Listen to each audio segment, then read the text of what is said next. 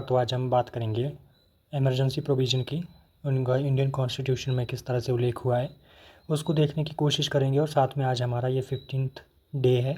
इससे पहले हमने 14 लेक्चर कर लिए हैं, तो अगर जिन्होंने वो नहीं देखे हैं वो प्लेलिस्ट मैंने बना दी है, वो जा कर के देख सकते हैं। एग्जामिनेशन पर्सपेक्टिव से ये टॉपिक जो है वो काफ़ी इंपॉर्टेंट हो जाता है। जहाँ पे MCQ बेस्ड क्वेश्चन आते हैं वहाँ पर काफ़ी बार यहाँ से सवाल पूछ लिए जाते हैं वेरियस नेचर के। आज हम देखेंगे कि क्या कॉन्स्टिट्यूशनल प्रोविज़न क्या है और किस तरह से ये जो प्रावधान है संविधान में और एक्चुअल में किस तरह से काम करता है। इमरजेंसी प्रोविज़न की बात करें तो इंडियन कॉन्स्टिट्यूशन में जो इसका उल्लेख है हमें वो आर्टिकल 352 से 360 के बीच में देखने को मिलता है। और पार्ट 18 जो है इंडियन कॉन्स्टिट्यूशन का, उसमें इसका जिक्र है। 3 तरह की इमरजेंसी की बात की गई है। पहली नेशनल, दूसरी स्टेट इमरजेंसी या जिसको प्रेसिडेंट रूल भी बोलते हैं, और थर्ड जो है वो फाइनेंशियल इमरजेंसी। जहाँ पर स्टेट इमरजेंसी की बात है वो article 356 and national emergency article 352 और फाइनेंशियल इमरजेंसी अंडर आर्टिकल 360 में आते हैं। इसके अलावा इसमें जो प्रोविज़न है ये संविधान में मतलब बिना संशोधन किए ही इसकी जो संविधान नेचर है गवर्नमेंट का उसको संघीय से यानी कि फेडरल से यूनिटरी कर देता है, एकात्मक कर देता है। इस तरह मतलब ये प्रोविज़न लाने का संविधान में एक ही उद्देश्य था, वो था भारत की संप्रभुता, एकता, अखंडता और डेमोक्रेटिक पॉलिटिकल सिस्टम को बचाना या उसकी सुरक्षा करना। During an emergency, the system transformed from federal to unitary, allowing the state to assume control as emphasized by Dr. B.R. Ambedkar for its adaptability. जैसे मैंने इसकी आपको टाइप्स बता दिए हैं कि ये 3 नेचर की होती है, जिसमें पहले हम देखेंगे नेशनल इमरजेंसी को आर्टिकल 352 के अंदर। देखिए इसके पहले हमें ग्राउंड देखने पड़ेंगे कि क्या ग्राउंड है, किन ग्राउंड्स पे ये इम्पोज किया जाता है। तो can be declared on the grounds of war, external aggression और आर्म्ड रिवेलिन। ये पे इसमें ध्यान दीजिए, वॉर किसी देश के साथ हमारा युद्ध छिड़ जाता है या ऐसी सिचुएशन बन जाती है लड़ाई की। दूसरा है एक्सटर्नल एग्रेशन, कोई ऐसा बाहरी आक्रांता जो है आक्रमण कर देता है। और थर्ड है आर्म्ड रिवेलिन, मतलब कि सैन्य विद्रोह। तो ये शब्द जो है वो पहले जो शब्द इसकी जगह यूज होता था 1978 से पहले वो था इंटरनल डिस्टर्बेंस। किसकी जगह पे? सैन्य विद्रोह की जगह पे। इसको रिप्लेस किया गया था 44th कॉन्स्टिट्यूशनल अमेंडमेंट के जरिए। पर देखिए क्यों इसको चेंज किया, क्योंकि ऐसा बोला गया, जो भी विधिवेता थे उनका मानना ये था कि ये जो है बहुत वेग शब्द है और इसका कोई क्लियर डिमार्केशन कर पाना बहुत मुश्किल है। मतलब कि ये तय कर पाना कि कहाँ तक जो नेशनल इमरजेंसी का प्रोविजन है उसको एक्सटेंड किया जाए, ये डिसाइड करवाना काफ़ी मुश्किल था और इसका मिसयूज होने के काफ़ी चांसेस थे। इसलिए इसको फिर बाद में रिप्लेस कर दिया गया 1978 में through 44th constitutional amendment act. अगर इसके स्कोप की बात करें तो ये enforced over the whole country और पार्ट ऑफ इट। ये किसी पूरी कंट्री के ऊपर भी लागू हो सकता है या और किसी स्पेसिफिक पार्ट के ऊपर भी लागू हो सकता है, ये आपने इस पर भी ध्यान देना है। अगर इसके डिक्लेरेशन की बात करूँ मैं, तो डिक्लेरेशन जो करता है वो president issue a proclamation based on the written advice of the council of minister. देखिए प्रेसिडेंट कोई भी काम करता है ना तो वो हमेशा काउंसिल ऑफ मिनिस्टर्स के एडवाइस पे ही करता है, वो अपनी मर्जी से कुछ भी नहीं कर सकता। इस तरह की डिस्क्रिशनरी पावर जो है वो प्रेसिडेंट को कॉन्स्टिट्यूशनली प्रोवाइड नहीं करवाई गई है। पार्लियामेंट से अप्रूवल बाय स्पेशल मेजोरिटी, ये ध्यान रखना है स्पेशल मेजोरिटी चाहिए इसमें। मैंने आपको बताया था जब हमने कॉन्स्टिट्यूशनल अमेंडमेंट को पढ़ा था तो उसमें मैंने आपको बताया था कि जो स्पेशल मेजोरिटी, सिंपल मेजोरिटी और special majority plus approval of half state के प्रोविज़न क्या है, आप मुझे ये कमेंट करके बताएंगे। Is required with in 1 month. जो पार्लियामेंटल अप्रूवल चाहिए इसमें वो आपको 1 महीने के अंदर चाहिए। और then every 6 month for continuation, मतलब कंटिन्यू करने के लिए इसको लगातार 6 महीने के बाद बढ़ाया जा सकता है पार्लियामेंट अप्रूवल के साथ। जुडिशियल रिव्यू की बात करें इसमें तो after the 44th constitutional amendment act judicial review of the proclamation is allowed. मतलब कि इससे पहले जुडिशियल रिव्यू के ये नहीं किया जाता था, पर बाद में जब 1975 में इंदिरा गांधी की गवर्नमेंट आई थी तो उन्होंने जब इस तरह के आपातकाल की घोषणा की थी तो उसके बाद इसके मिसयूज ना हो इसको ध्यान में रखते हुए इसका मिसयूज ना हो, इस चीज़ को ध्यान में रखते हुए जो था वो जुडिशियल रिव्यू के अंदर इसको लाया गया। फिर उसके बाद revocation, the president can revoke at any time, president जो है वो इसको किसी भी टाइम पे रिवोक कर सकता है। इसके लिए उसको किसी भी वो परम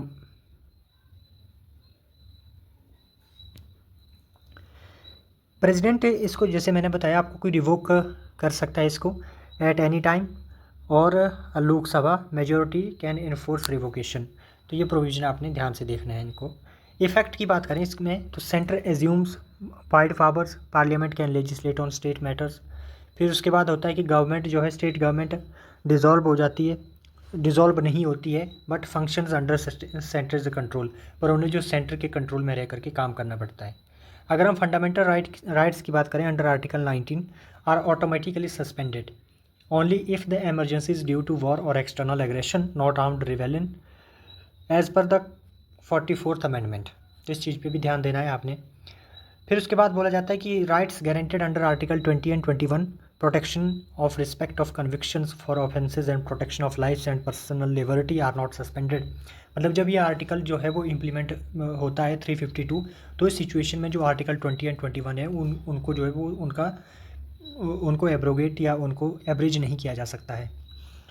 तीसरा इसमें प्रोविज़न है, इसका इम्पैक्ट ये आता है कि suspension of enforcement not the rights themselves of others fundamental rights as specified presidential order under article 359।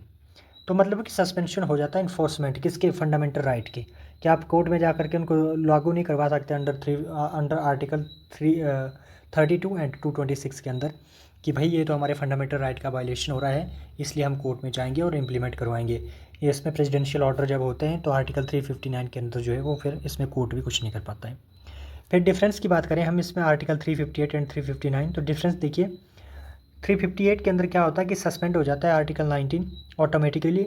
फिर उसके बाद सस्पेंड इन्फोर्समेंट, मतलब 359 के अंदर जो इन्फोर्समेंट सस्पेंड होती है of any fundamental right specified by president.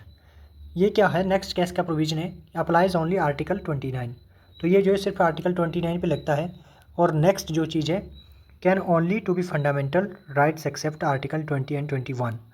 उसके बाद इसका पीरियड जो होता है of emergency operates for the period of emergency, जब तक एमरजेंसी रहेगी तब तक ये आर्टिकल 358 जो इम्प्लीमेंट रहेगा। Operates as per the presidential order, मतलब जब प्रेसिडेंट ऑर्डर कर देगा तब तक रहेगा, फिर प्रेसिडेंट जब रिवोक कर लेगा तो ऑटोमेटिकली वो चीज़ें नॉर्मल हो जाएगी।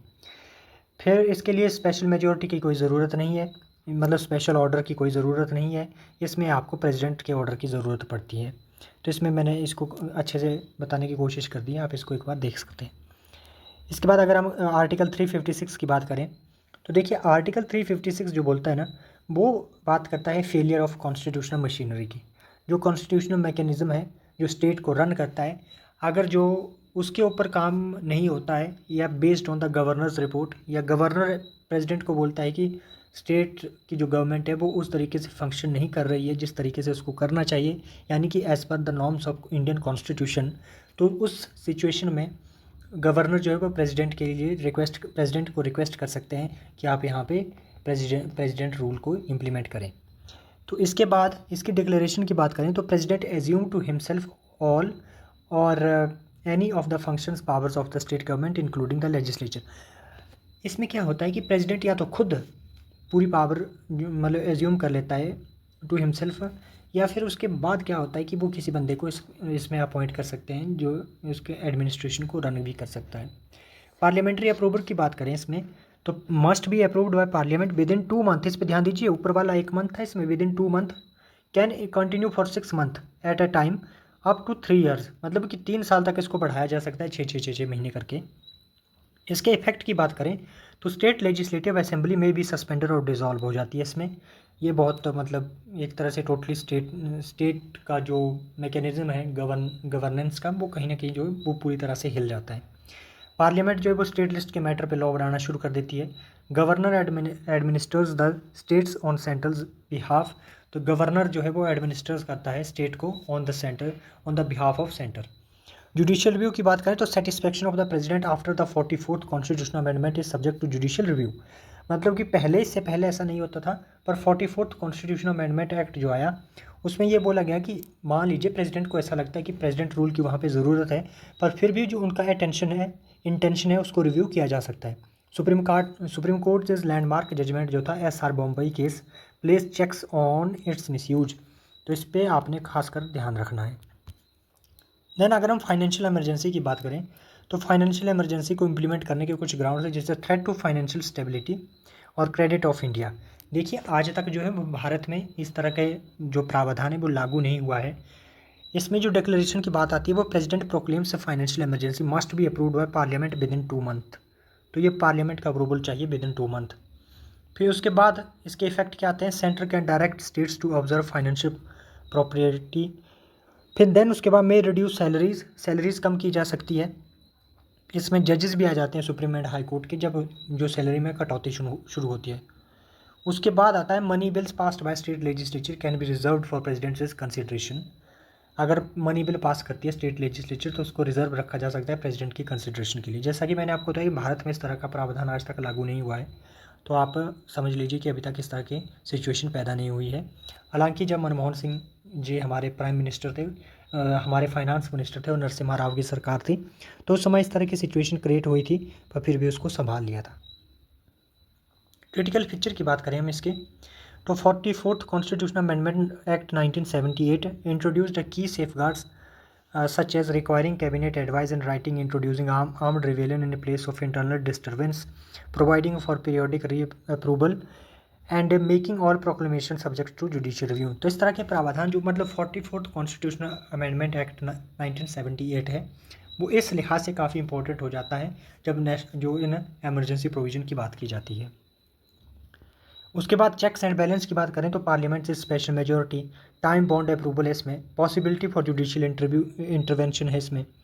तो इस तरह से जो है इसमें चेक्स एंड बैलेंस का काम किया जाता है। क्रिटिसिज्म की बात करें तो potential for centralization and misuse, ये तो होता ही है, हमें पता है। अंडरमाइन कर देता है federalism, democracy and individual rights को। Historically proclamation have been politically contentious. 1975-1977 ये मैंने जैसे बताया कि आपको उस समय जो है श्रीमती इंदिरा गांधी जी की गवर्नमेंट थी, तो उनके ऊपर इस तरह के एलिगेशन लगते थे, तो उनके ऊपर जो है वो इस तरह के एलिगेशन लगते थे कि उन्होंने इंटेंशनली जानबूझ करके जो है ये प्रोविज़न जो एमरजेंसी का प्रोविज़न है उसको इम्प्लीमेंट किया है। ऐसी सिचुएशन जो है वो नहीं पैदा हुई थी। तो उसके बाद जो है उसमें सुधार की मतलब ऐसा माना गया कि सुधार की ज़रूरत है। दीज प्रोविजन रिफ्लेक्ट करते हैं क्या, एक dynamic and flexible nature of the Indian constitution को। डायनामिक मतलब परिवर्तनशील और फ्लेक्सिबल मतलब नचीले स्वरूप को जो है वो शो करता है इंडियन कॉन्स्टिट्यूशन की। Granting temporary unitary powers to address national crisis by embedding legal and political safeguard to prevent abuse. अब इसमें देखिए मैंने एक छोटे से इसमें चार्ट डाला हुआ है जिसमें आप पूरी तरह से समझ सकते हैं कि क्या प्रोविज़न है, नेशनल इमरजेंसी किसके अंडर लगती है, कब लगती है, कितने टाइम का अप्रूवल चाहिए और क्या होता है उसमें मैन इफेक्ट। इस दोनों में आपको तीनों में ये सब प्रावधान देखने को मिल जाएंगे। देखिए इसमें कुछ खास ऐसा है नहीं था जिसको मैं आपको मतलब वैसे तो इम्पोर्टेंट चैप्टर है ये, ऐसा नहीं है कि इम्पोर्टेंट नहीं है, पर इसके जो मोटे मोटे मैंने आपको जो भी इम्पोर्टेंट प्रावधान थे वो मैंने आपको बता दिए हैं। अगर किसी को लगता है कि आपको समझ नहीं आया है या आपको इसमें और एक्सप्लेनेशन की ज़रूरत है तो आप मुझे ज़रूर कमेंट में बताइएगा, मैं पूरी तरह से आपको सेटिस्फाई करने की कोशिश करूँगा ताकि आपकी अंडरस्टैंडिंग इन चीज़ों में बेहतर हो पाए। इसमें और भी कुछ एक छोटे छोटे प्रोविज़न हैं उनको भी हम देख सकते हैं।